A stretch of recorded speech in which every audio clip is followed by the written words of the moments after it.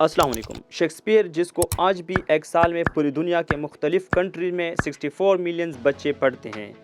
ये बात सरप्राइजिंग है कि शेक्सपियर को अपनी बर्थ कंट्री के बजाय दुनिया के और मुख्तलिफ हिस्सों में ज़्यादा पढ़ा और समझा जाता है। वो लेटर 16th सेंचुरी और अर्ली 17th सेंचुरी का all time genius actor, playwright और पोइट है। उसने 38 या 39 प्लेज, 154 सोनेट और 2 लॉन्ग नैरेटिव फॉर्म लिखे हैं, लेकिन वो अपनी ड्रामा के लिए ज़्यादा फेमस। ब्रिटिश काउंसिल के 2016 के रिसर्च के मुताबिक शेक्सपियर की प्ले वर्ड्स के 118 मेजर लैंग्वेजेस में ट्रांसलेट हो चुके हैं। शेक्सपियर के बारे में कहा जाता है कि वो यूनिवर्सिटी नहीं गया था, उसकी तालीम स्कूल तक ही महदूद रही, लेकिन फिर भी वो इंग्लैंड का नेशनल पोएट माना जाता है। तो लेट्स शेक्सपियर की लाइफ के बारे में ऐसे 9 फन फैक्ट्स को एक्सप्लोर करते हैं। फर्स्ट है हमारे साथ childhood. William Shakespeare, John Shakespeare और मेरी आर्डन के घर 23 अप्रैल 1564 को विलेज स्ट्रेटफोर्ड अपॉन एवन में पैदा हुआ। या it is fact that Shakespeare's actual date of birth is unknown, but most traditionalist scholars ये मानते हैं कि वो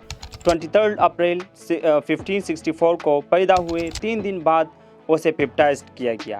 बैप्टिज्म या बैप्टाइज्ड क्रिश्चियन रिलीजन का एक ट्रेडिशनल है। जब बच्चा पैदा होता है तो उसे 3 दिन बाद और चर्च ले जाया जाता है, वहाँ पर उसका नाम रखा जाता है और पानी चढ़कते हैं बच्चे पर, तो इस तरह बच्चा क्रिश्चियनिटी में कन्वर्ट हो जाता है। जॉन शेक्सपियर के टोटल 8 बच्चे थे, 4 बेटियां और 4 बेटे। शेक्सपियर टॉप से तीसरे नंबर पर था, उसे 2 बड़े भाई वफात हो चुके थे और विलियम शेक्सपियर जॉन शेक्सपियर का जिंदा बच्चों में से सबसे बड़ा बेटा था। Second point of Shakespeare's biography as his education. It is one of the most controversial aspect of his life. कुछ स्कॉलर का मानना है कि वो कभी यूनिवर्सिटी नहीं गए थे, तो वो कैसे थिएटर या लिटरेचर की फील्ड में इतना बड़ा नाम कमा सकता है। और कुछ लोग तो ये भी बिलीव करते हैं कि वो अपनी सिग्नेचर को ठीक तरह नहीं लिख सकते थे। इन सारी बातों को क्लियर करने के लिए हमें शेक्सपियर की एजुकेशनल लाइफ का इन डेप्थ एनालिसिस देखना है। शेक्सपियर 5 साल की उम्र में प्राइमरी स्कूल में एडमिट हुआ था, जहाँ पर उसने 2 साल तक बिहेवियर, लिटरेसी, स्क्रिप्चर और मैनर जैसे सब्जेक्ट पढ़े। या शेक्सपियर 7 साल की उम्र में वर्ड्स को ठीक तरह रीड और प्रोनाउंस कर सकता था। इसके बाद शेक्सपियर को किंग्स न्यू स्कूल में एडमिट किया गया। ये स्कूल स्ट्रेटफोर्ड में शेक्सपियर के घर के तकरीबन 400 मीटर के फासले पर था। वहाँ पर शेक्सपियर ने 1571 से 1578 तक 7 साल गुजारे। स्कूल गर्मियों में सुबह 6 बजे और सर्दियों में 7 बजे ओपन होता था। सुबह से लेकर शाम तक हफ्ते के 6 दिन और साल के 12 महीने स्कूल में बच्चे पढ़ते थे। कुल मिला के साल में बच्चे 2000 आवर स्कूल में स्पेंड करते थे, जो कि आज के स्कूल आवर्स से मोर देन डबल है। इस तरह से शेक्सपियर ने 7 सालों में आज के स्कूल आवर्स के मुताबिक 14 साल की एजुकेशन हासिल की।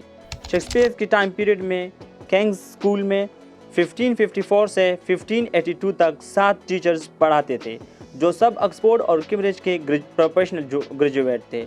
और कुछ तो यहाँ स्कूल में पढ़ाने के दीवाने थे कि ऑक्सफोर्ड और कैम्ब्रिज को लेटर सेंड करके कुछ टाइम मांगते थे कि यहाँ पर हम पढ़ना चाहते हैं। इस वक्त शेक्सपियर पहली मरतबा यूनिवर्सिटी की प्रोफेशनल टीचर से मिल रहा था। यहाँ पर विलियम शेक्सपियर की तालीमी ज़िंदगी का इख्तिताम और तीसरी पॉइंट मैरिज का आगाज़ होता है। 1582 में 18 साल की उम्र में शेक्सपियर की शादी 26 साल एन हैथवे से हो जाती है। एन 8 साल शेक्सपियर से बड़ी होती है। अगले दिन एन के 2 पड़ोसियों ने शादी में कोई कानूनी रुकावट न आने की गारंटी ली। शायद ये इस वक्त की कानून में शामिल होता। शादी जल्दी में अरेंज की गई।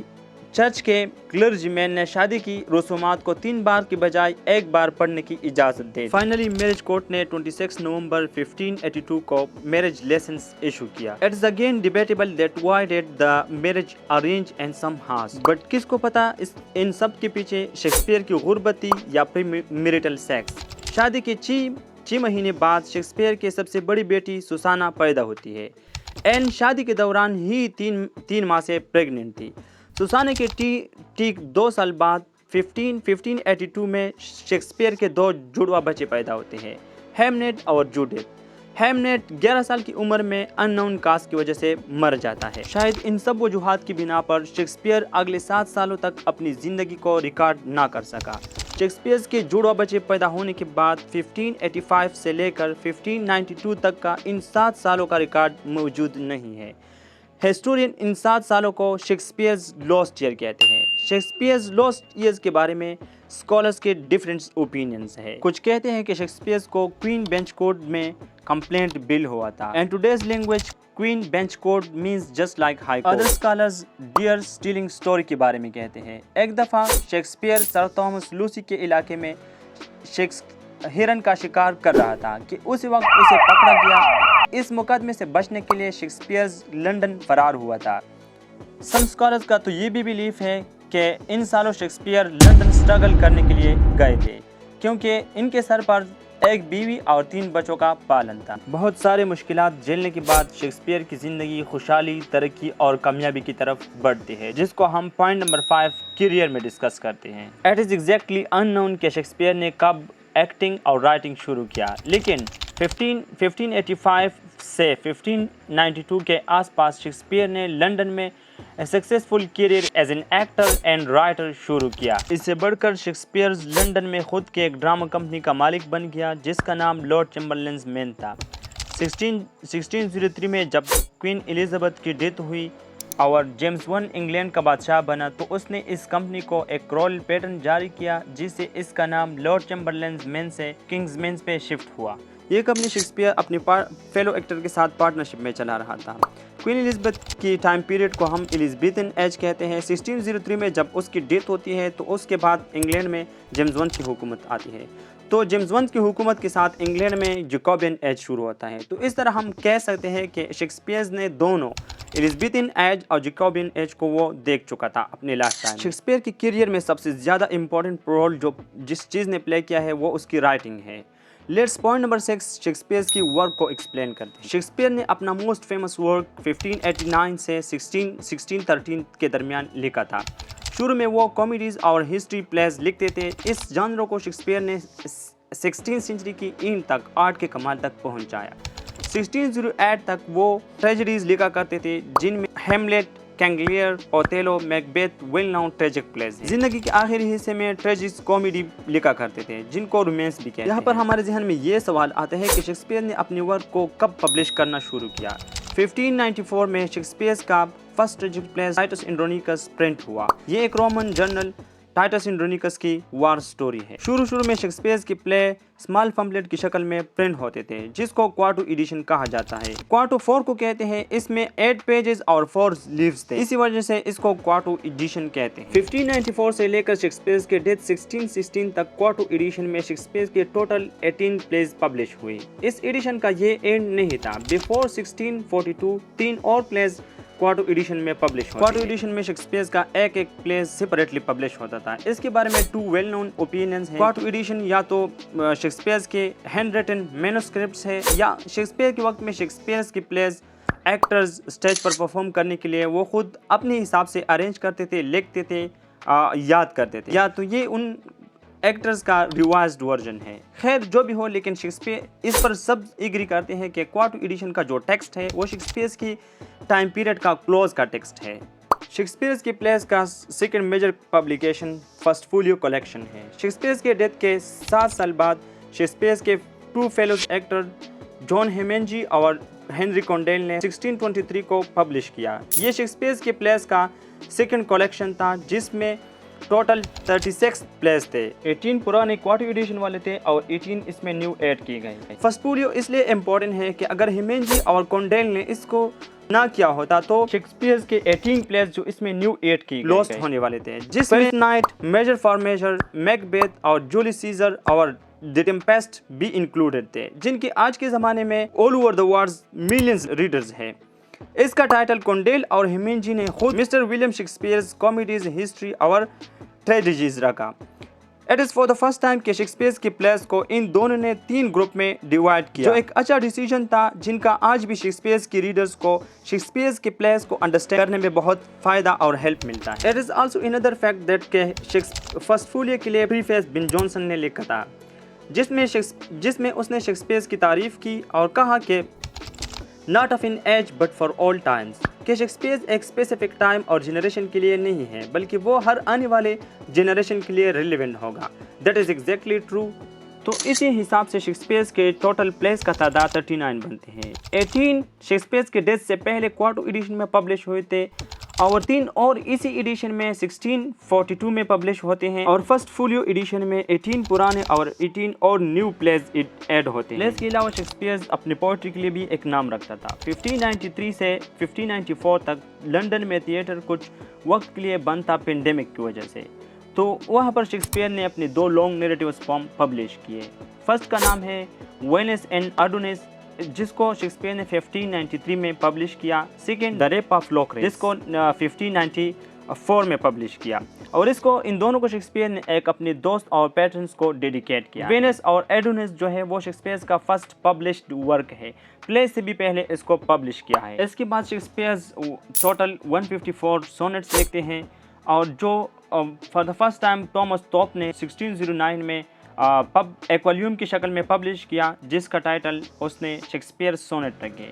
इसी वॉल्यूम के लास्ट सेक्शन में अ लवर कंप्लेंट्स एक लॉन्ग पोम भी पब्लिश होता है। जनरली अगर शेक्सपियर की सोनेट की बात की जाए तो ये लवर लाइफ की थीम्स पर फोकस है। फर्स्ट 126 सोनेट्स एक यंग मैन को डेडिकेट की गई है, जिसको फियर यूथ कहते हैं, और सेकेंड 28 सोनेट्स बुरी औरत की तरफ डेडिकेट की गई है, जिसको डार्क लेडी कहते हैं। ऑल राइट, अब ये क्लियर नहीं है कि शेक्सपियर अपने सोनेट से जिन लोगों और इंडिविजुअल को एड्रेस करता है वो रियल है या नहीं है, या इनमें जो आई प्रोनाउन शेक्सपियर यूज़ करता है इनसे शेक्सपियर खुद को रिप्रेजेंट करता है उनको एड्रेस करते हुए, या हमारे पास विलियम वर्ड्सवर्थ का एक ओपिनियन है जो कहता है कि शेक्सपियर ने अपने सोनेट के ज़रिए से अपने दिल की बात कही है।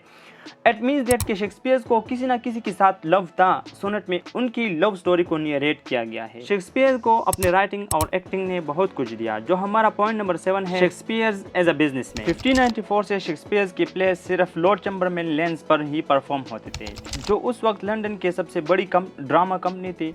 1599 में इसी ड्रामा कंपनी के मेंबर्स ने थेम्स रिवर्स के साउथ किनारे पर खुद का थिएटर बनाया, जिसका नाम ग्लोब था। 1608 में इसी कंपनी के पार्टनरशिप ने ब्लैक फ्रायर्स इंडोर थिएटर भी। इंडोर थिएटर और ग्लोब थिएटर में ये डिफरेंट था कि इंडोर थिएटर के लिए किसी एग्जिस्टिंग बिल्डिंग को रेंट पर लिया जाता था और उसका छत ऊपर से बन रहता और रोशनी के लिए खिड़कियों को मुख्तलिफ डिफरेंट एंगल से अरेंज करते और इसके अंदर कैंडल्स को भी जलाए जाते।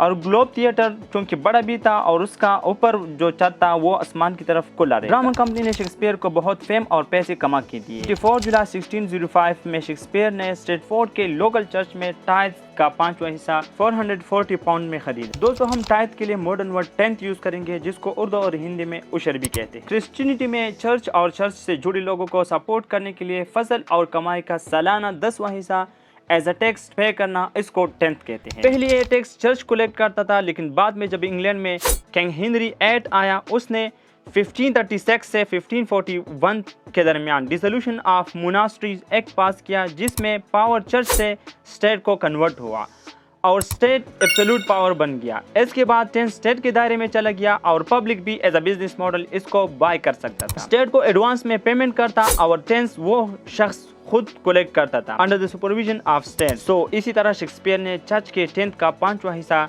440 पाउंड में खरीदा और जो पर ईयर शेक्सपियर को 60 पाउंड कमाता था, जिसने शेक्सपियर की लाइफ को और भी कंफर्टेबल बनाया। इसी 10th के पैसों से शेक्सपियर ने 1597 में अपनी फैमिली के लिए 60 पाउंड में स्ट्रेटफोर्ड अपॉन एवन में सेकंड लार्जेस्ट हाउस खरीदा। शेक्सपियर ने 10 मार्च 1613 में $140 में गेट हाउस खरीदा, जो ब्लैक फ्रायर्स थिएटर के बिल्कुल करीब था। आखिरकार शेक्सपियर के आखिरी साल आ ही जाते हैं। जो हमारा 8 पॉइंट है, डेथ। निकोलस राव शेक्सपियर के फर्स्ट बायोग्राफर कहता है कि शेक्सपियर डेथ से कुछ साल पहले रिटायर्ड हुआ था। शायद इसकी वजह यह भी हो कि लंदन में मई 1603 से फरवरी 1610 तक पेंडेमिक आया था, जिसकी वजह से तकरीबन 60 मंथ तक लंदन के थिएटर बंद थे। इट मीन्स दैट कि इन दिनों थिएटर का कोई काम नहीं था। सिर्फ शेक्सपियर ने एक्टिंग से रिटायरमेंट ली थी। उस वक्त पब्लिक लाइफ उसी तरह उसकी चलती थी, बाकी वो लंदन आया जाया करता था। 1612 में वो मॉन्टजॉय की बेटी मैरी की मैरिज सेरेमनी में एज अ विटनेस शिरकत करता है। नवंबर 1614 से वो अपनी दामाद जॉन हॉल के साथ लंदन में कुछ हफ्ते के लिए रहता था। उसने अपने आखिरी 3 प्लेस जॉन फ्लेचर के साथ कोलैबोरेशन में लेके आखिरकार 23 अप्रैल 1616 में शेक्सपियर का डेथ होता है। एक रिसर्च के मुताबिक शेक्सपियर ने आखिरी दिनों में चर्च और प्रीस्ट का केयर करने के लिए खुद को स्ट्रेटफोर्ड चर्च में मुलाजिमत दिलवाई। इसी वजह से इसको बाद में इसी चर्च में दफनाया गया। शेक्सपियर ने अपनी जिंदगी में अपनी कब्र के लिए कुछ लाइन लिखे थे जो इन लोगों के लिए एक वार्निंग है जो शेक्सपियर की बॉडी को डिस्टर्ब करते हैं, और शेक्सपियर ने इन लोगों के लिए बद्दुआ दी जो इसकी हड्डियों को इसकी कब्र से मूव करते हैं। ये लाइंस अभी भी शेक्सपियर की कब्र पर लेके गए। यहाँ से शुरू होती है शेक्सपियर की एक वाइफ और 2 बेटियों सुसाना और जूडिथ की कहानी। 1607 में सुसाना की शादी एक डॉक्टर जॉन हॉल से होती है। शेक्सपियर के डेथ के ठीक 2 माह पहले जूडिथ की शादी एक वाइन मर्चेंट थॉमस क्वीनी से होती है। हाँ, शेक्सपियर ने तो अपने पीछे बहुत सारा माल पैसे छोड़ के गए, तो अभी किसको कितना मिलना है। शेक्सपियर ने अपनी लाइफ टाइम में भी अपना सारा माल अपनी बड़ी बेटी सुजाना के हवाले किया था और उसे ये इंस्ट्रक्शन दी थी कि आपने इस माल को आपसे पैदा होने वाले सबसे पहले बेटे के हवाले करना। अनफॉर्चुनेटली सुसाना की एक ही बेटी पैदा होती है, एलिजाबेथ, जिसकी 2 बार शादी हो जाती है लेकिन बच्चे पैदा किए बगैर 1670 में इस दुनिया से चली जाती है। लेकिन बेटी जूडिथ की 3 बच्चे पैदा हो जाते हैं लेकिन तीनों शादी किए बगैर मर जाते हैं। पास में रहते हैं शेक्सपियर की बेचारी बीवी, जिसको शेक्सपियर के माल में से 1/3 मिलना ही था, लेकिन उसके लिए शेक्सपियर ने लिखा था I am living my second bed for her. इसके बारे में भी बहुत ज़्यादा स्पेकुलेशन है। कुछ स्कॉलर कहते हैं कि ये आन की इंसल्ट थी और कुछ का तो ये भी मानना है कि इससे मुराद शादी का बेड है जो कि बहुत ज़्यादा इम्पोर्टेंट होता है। खैर जो भी हो, लेकिन शेक्सपियर ने अपनी बीवी को अपने माल में से हिस्सा देने से महरूम रखा। शेक्सपियर को अपनी ज़िंदगी ही में as a playwright and poet बहुत रिस्पेक्ट मिली थी, लेकिन जिस तरह से आज शेक्सपियर के चर्चे हो रहे हैं उसी तरह से उस वक्त शेक्सपियर की रिपुटेशन नहीं थी। हाँ, लेकिन बात आती है कि when did Shakespeare's popularity reach to the point. Shakespeare के एक्चुअल पॉपुलैरिटी रोमांटिक एज से शुरू होती है। शेक्सपियर के सब्लिमिटी और जीनियस के बारे में ये मानना है कि ये रोमांटिक पीरियड का ही प्रोडक्ट है। मीन्स दैट कि रोमांटिक्स ही ने for the first time Shakespeare को डिस्कवर किया। कोलेज और बायरन के बारे में भी ये मशहूर है कि वो शेक्सपियर को लिटरेरी जीनियस और क्रिएटिव मानते थे।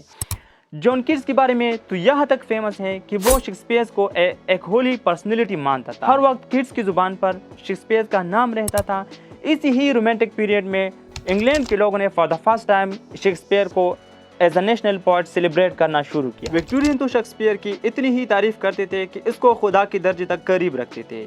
जॉर्ज बर्नार्ड शॉ ने विक्टोरियन की इस पागलपन को देखकर शेक्सपियर को बाडुलेटर कहा। बाडुलेटर एक ग्रीक वर्ड लेटेरिया से डिराइव हुआ है जिसका मतलब है वर्शिप। इसको सबसे पहले जॉर्ज बर्नार्ड शॉ ने अपने वर्क 3 प्लेस फॉर प्यूरिटन्स के प्रेफेस में शेक्सपियर के लिए लिखा था। आज भी जो लोग शेक्सपियर को आइडियलाइज करते हैं उनको बाडुलेटर कहते हैं। 1952 में जब शेक्सपियर लंदन स्टेज पर सक्सेस होता है तो उस वक्त लंदन की न्यूज़पेपर और प्ले राइटर्स शेक्सपियर पर अटैक करते थे।